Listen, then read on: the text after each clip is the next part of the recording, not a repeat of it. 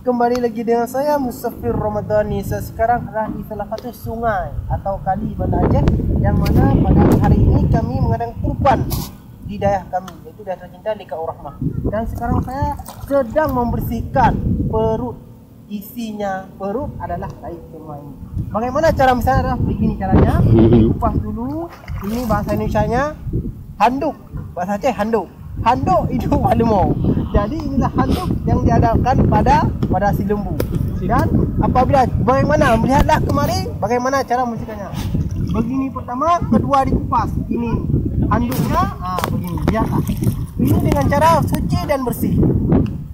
Jangan lupa, apabila diri anda semuanya ingin menyaksikan bagaimana cara membersihkan handuk, ini caranya.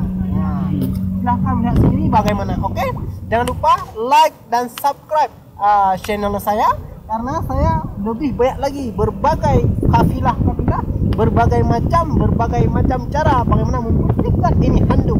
Terima kasih sudah melihat saya. Terima kasih dan kon.